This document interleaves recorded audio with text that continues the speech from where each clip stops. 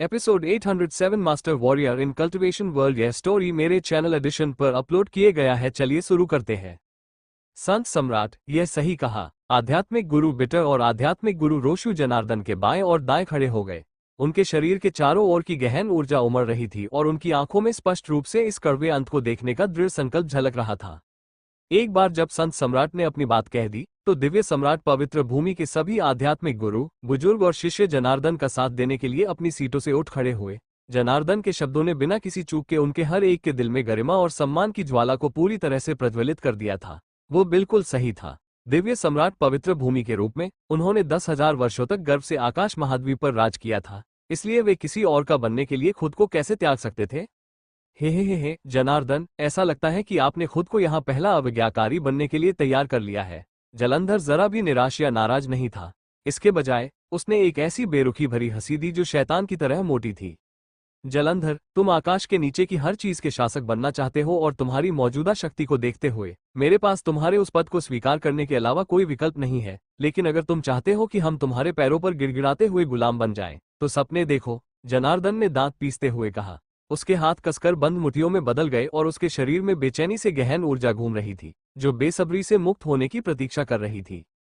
उसने, कादिमबरी और मार्तंड ने व्यक्तिगत रूप से जलंधर की भयावहता का अनुभव किया था, इसलिए वे जलंधर की शक्ति के स्तर के बारे में किसी और की तुलना में अधिक स्पष्ट थे।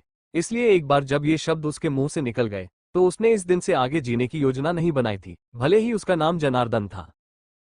मैं अभी भी इस दिव्य सम्राट पवित्र भूमि का सम्मान कर सकता हूँ, लेकिन मुझे आश्चर्य है कि दिव्य महासागर पवित्र भूमि और सूर्य चंद्र पवित्र भूमि कैसे जवाब देंगे। अथर्व ने बादलों के पीछे छिपते हुए खुद से धीमी आवाज में कहा। बहुत बढ़िया, यह वाकई बहुत बढ़िया है। आपने वाकई इस सम्राट को आपको एक संतोषजनक उदाहरण बनाने का अवसर दिया है, जलंधर ने मुस्कुराते हुए कहा। लेकिन अपनी बात खत्म करने के बाद वो अचानक घूमकर सूर्य चंद्र पवित्र भूमि की ओर देखने लगा और बोला, दिव्य सम्राट पवित्र भूमि ने इस सम्राट के खिलाफ खड़ा होना चुना है, तो मार्तन, तुम्हारा क्या हाल है? ओह, जवाब देने में जल्दी मत करो, जलंधर ने आधी संकुचित आंखों से कहा और धीरे से अपना दाहिना हाथ पीछे की ओर धकेला, उस दिशा की ओर जहां दिव्य सम्राट पवित्र भूमि खड़ी थी। सावधान। जनार्दन का ध्यान जलंधर की हर हरकत से बचने पर था, इसलिए जब उसने जलंधर को अपनी हथेली घुमाते देखा तो उसने जोर से चिल्लाया। खाली हवा फट गई और अंतरिक्ष में दरार से एक काला हाथ उभरा। पलक झपकते ही ये 300 मीटर से ज्यादा लंबा हो गया और अचानक उस जगह पर आ गया जहां दिव्य सम्राट पवित्र भूमि खड़ी थी। धमाका, काली रोशनी बाहर की ओर फूट पड़ी, जिससे सी गॉड एरिना हिंसक रूप से हिल गया। आज दिव्य सम्राट पवित्र भूमि का प्रतिनिधित्व करने वाले 2000 लोगों में से लगभग 1/3 लोग उस काले शैतानी पंजे की चपेट में आ गए। आसमान को हिला देने वाली दयनीय चीखों के बीच दिव्य सम्राट पवित्र भूमि के 600 शिष्यों का वही हश्र हुआ जो आध्यात्मिक गुरु प्राचीन वुड का हुआ था। वे सभी पलक झपकते ही जेट ब्लैक धूल में बदल गए। दिव्य सम्राट पवित्र भूमि के 12 बुजुर्ग भी उस काली रोशनी से एक तरफ फेंक दिए गए थे और कुछ देर तक जमीन पर लोटने पोटने के बाद वे सभी पूरी तरह बेजान पड़े थे। यहाँ तक कि आध्यात्मिक गुरु जो अपने साथी संप्रदाय के सदस्यों को बचाने के लिए आगे बढ़ना चाहते थे, वे भी उस बिखरे हुए काले प्रकाश के पास पहुंचते ही पीले पड़ गए। वे जल्दी से पीछे हट गए और उनके चेहरे सदमे और डर से भर गए। जलंधर ने बस एक हाथ हिलाया था, लेकिन वो दिव्य सम्राट पवित्र भूमि के दल को 1/3 तक कम करने के लिए पर्याप्त था। इस समय वो आखिरकार धीरे धीरे उनकी ओर मुड़ा और बोला, आओ इस सम्राट को देखने दो कि इस बार कितने लोग मारे गए हैं। जलंधर, जनार्दन पूरी तरह से क्रोधित था। उसने एक धीमी दहाड़ लगाई और उसके पहने हुए वस्त्र भयंकर रूप से फड़फड़ाने लगे। उसके सामने एक विशाल गहन संरचना तेजी से घूमने लगी और वो सीधे जलंधर की ओर आगे बढ़ा। पूर्ण सम्राट सितारा संरचना। अथर्व, जो बादलों के पीछे से देख रहा था, उसने धीमे स्वर में बड़बड़ाया। युवान ने कहा था कि दिव्य सम्राट पवित्र भूमि में एकमात्र व्यक्ति जो इस गहन संरचना को अपनी पूरी शक्ति के साथ प्रदर्शित कर सकता था, वो स्वयं संत सम्राट जनार्दन था। जलंधर के चेहरे पर एक ठंडी मुस्कान दिखाई दी और उसने सीधे एक हाथ आगे बढ़ाया ताकि वह पूर्ण सम्राट सितारा संरचना को पकड़ सके।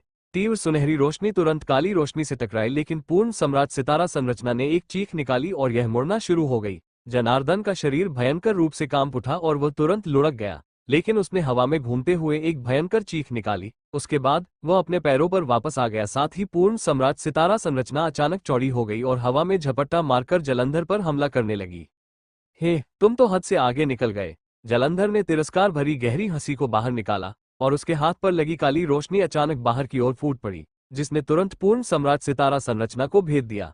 उसी क्षण पूर्ण सम्राट सितारा संरचना टूट गई और यह जनार्दन की छड़ाती पर जोरदार तरीके से फट गई।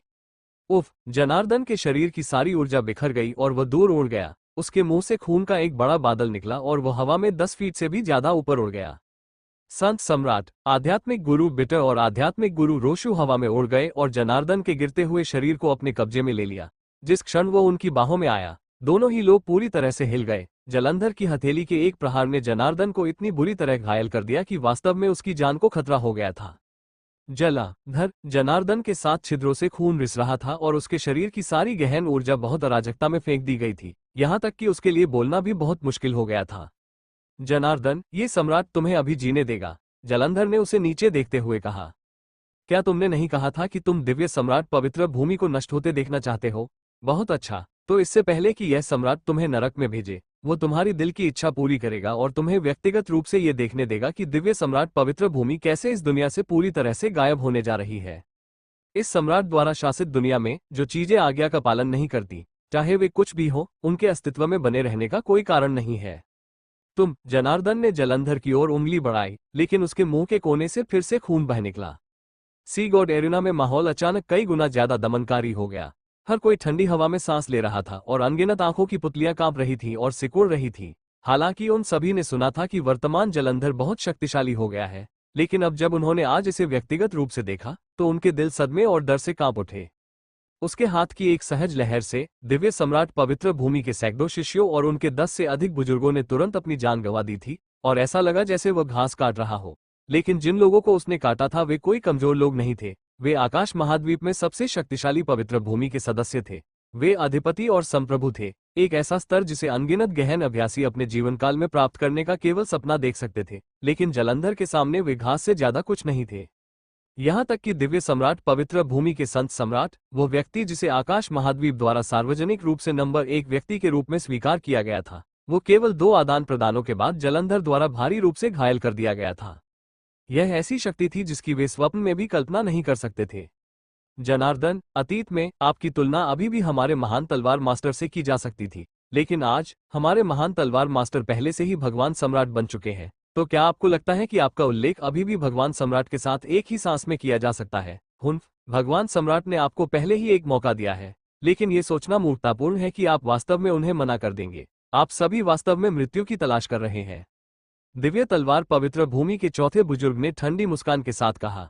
दिव्य तलवार पवित्र भूमि के 3 तलवार परिचारकों और शीर्ष 3 बुजुर्गों को जैस्मीन द्वारा मार दिए जाने के बाद वो अचानक पहला बुजुर्ग बन गया था जो केवल तलवार मास्टर और यंग तलवार मास्टर से ठीक नीचे था। चूंकि आज भगवान सम्राट सम्मेलन था, इसलिए उसे स्वाभाविक रूप से एक मजबूत मोर्चा बनाना था। जैसा कि अपेक्षित था, जलंधर ने जनार्दन पर हमला जारी नहीं रखा। इसके बजाय वह एक बार फिर सूर्य चंद्र पवित्र भूमि की ओर मुड़ा और बोला, मार्तंड, तुम अभी इस सम्राट को अपना जवाब दे सकते हो। आज से क्या तुम इस सम्राट की आज्ञा का पालन करोगे या इस सम्राट के खिलाफ विद्रोह करना पसंद करोगे? अगर मार्तंड को पहले से ही इस समस्या से जूझते हुए देखा जा सकता है, तो जलंधर द्वारा किए गए 2 हमलों ने उसके दिल में जल रही प्रतिरोध की आखिरी आग को भी पूरी तरह से बुझा दिया था। उसने एक कदम आगे बढ़ाया और बोलने से पहले जलंधर की ओर झुक गया और बोला, चूंकि भगवान सम्राट जलंधर की ताकत इस आकाश के नीचे अद्वितीय है और उनकी ताकत इस दुनिया पर राज करने के लायक है, इसलिए आज से मार्तंड और पूरी सूर्य चंद्र पवित्र भूमि अपनी पूरी शक्ति से भगवान सम्राट की सेवा करेगी।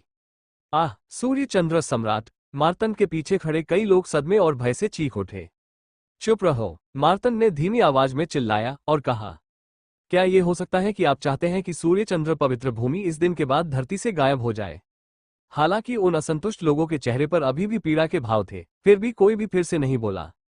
बहुत बढ़िया, मार्तंड, तुमने वाकई इस सम्राट को निराश नहीं किया है। जलंधर ने अपने चेहरे पर एक बड़ी संतुष्टि भरी मुस्कान के साथ कहा। जिस नज़र से उसने मार्तंड का मूल्यांकन किया, वो स्पष्ट रूप से वह नज़र थी जिसका उपयोग कोई व्यक्ति किसी आज्ञाकारी कुत्ते की प्रशंसा करते समय करता है। इसके बाद उसने अपनी नज़र दिव्य महासागर पवित्र भूमि की ओर घुमाई और कहा, कादेमब्री, तुम क्या कहती हो?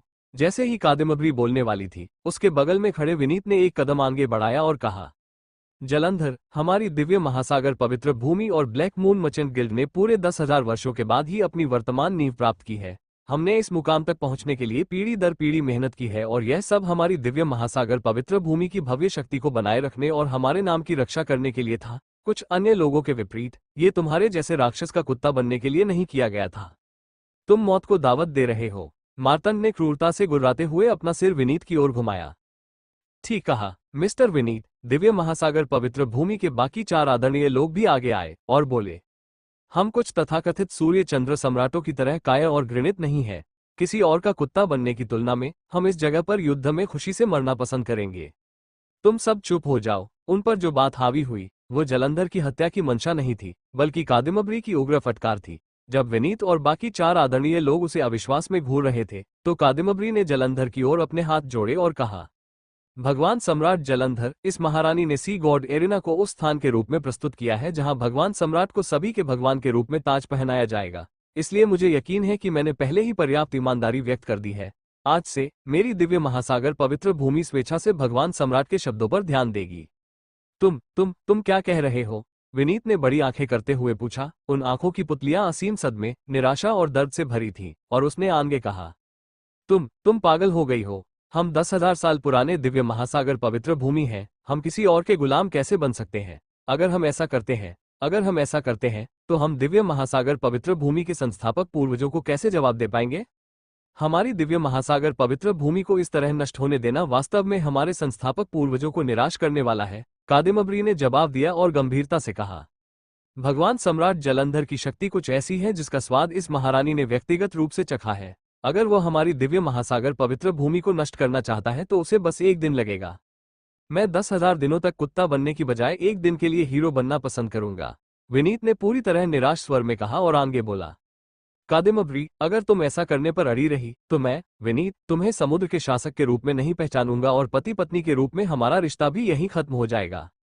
कादिमबरी का चेहरा मौत की तरह सफेद हो गया और उसने हाँफते हुए कहा, तुम्हें इतना जिद्दी क्यों होना है? क्या तुम्हारी गरिमा अधिक महत्वपूर्ण है या हमारी दिव्य महासागर पवित्र भूमि की 10,000 साल पुरानी नींव अधिक महत्वपूर्ण है? दिव्य महासागर पवित्र भूमि के सभी एकत्रित सदस्य पूरी तरह से स्तब्ध थे। उन्होंने एक दूसरे की ओर देखा, लेकिन किसी ने भी आवाज निकालने की हिम्मत नहीं की। एक तरफ समुद्र की शासक थी, दूसरी तरफ मिस्टर विनीत थे, जिनका दिव्य महासागर पवित्र भूमि में हर कोई सम्मान करता था। इस समय उनमें से किसी ने भी बोलने की हिम्मत नहीं की। यह महिला कादिमबरी, अथर्व ने धीमी आवाज में कहा।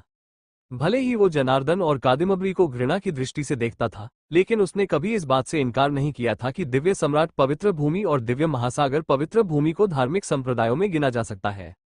12 आध्यात्मिक गुरुओं ने धार्मिकता का भाव बिखेरा, जबकि दिव्य महासागर पवित्र भूमि के लोगों ने भी उसे अच्छा महसूस कराया था। आज जनार्दन ने खुद को सम्मान के योग्य दिखाया था, लेकिन कादिमबरी, जो अपने बारे में एक उदात्त और गरिमापूर्ण हवा लगती थी, वो आज अथर्व की नजरों में अधिक से अधिक घृणित होती जा रही थी। हा। जैसे ही जलंधर ने दिव्य महासागर पवित्र भूमि के भीतर होते हुए संघर्ष को देखा, तो उसने अपना सिर पीछे फेंका और जोर से हंसा। उसकी हंसी अतुलनीय रूप से लापरवाह और सुकून भरी थी, क्योंकि उसके लिए ये परिदृश्य सूर्य चंद्र पवित्र भूमि को आज्ञाकारी रूप से उसके सामने घुटने टेकते हुए देखने से 10 गुना अधिक संतोषजनक था। कादिमबरी, इस भगवान सम्राट सम्मेलन को व्यक्तिगत रूप से इस सम्राट के लिए तैयार करने में आपकी पर्याप्त ईमानदारी के कारण ये सम्राट आपको अपने घर के मामलों को निपटाने के लिए कुछ समय देगा। हालांकि मैं आपको केवल 30 सेकंड दूंगा। यदि आपने इन 30 सेकंड के भीतर मामलों को नहीं सुलझाया तो ये सम्राट आपकी ओर से कार्रवाई करेगा।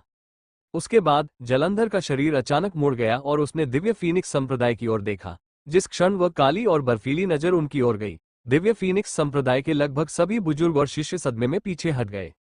आप कैसे हैं, दिव्य फीनिक्स संप्रदाय? जलंधर ने कहा और उसके मुंह के कोनों पर एक छोटी और सौम्य मुस्कान आ गई। हंसराज धीरे धीरे आगे बढ़ा। उसके चेहरे पर कोई डर नहीं था और इसके विपरीत वह असाधारण रूप से शांत दिख रहा था, और उसने शांत भाव से कहा, हमारे दिव्य फीनिक्स संप्रदाय को एक प्राचीन दिव्य आत्मा का अनुग्रह प्राप्त हुआ है और हमें उस दिव्य आत्मा की वंशावली विरासत में मिली है। हम हार सकते हैं और हम नष्ट हो सकते हैं, लेकिन भले ही हम अपनी वंशावली के आखिरी हिस्से को जला दें, हम कभी भी आत्मसमर्पण नहीं करेंगे। एक धमाकेदार आवाज के साथ हंसराज का शरीर आग की लपटों से भर गया। उसने जलंधर पर चिल्लाते हुए कहा, जलंधर, दिव्य फीनिक्स संप्रदाय के सभी सदस्य जो मरने से नहीं डरते, वे सभी यहाँ इकट्ठे हुए हैं। इसलिए आज आप जितने लोगों को मारना चाहें उतनों को मार सकते हैं, लेकिन अगर आप सोचते हैं कि हम आपके सामने झुकेंगे तो केवल सपने देखो।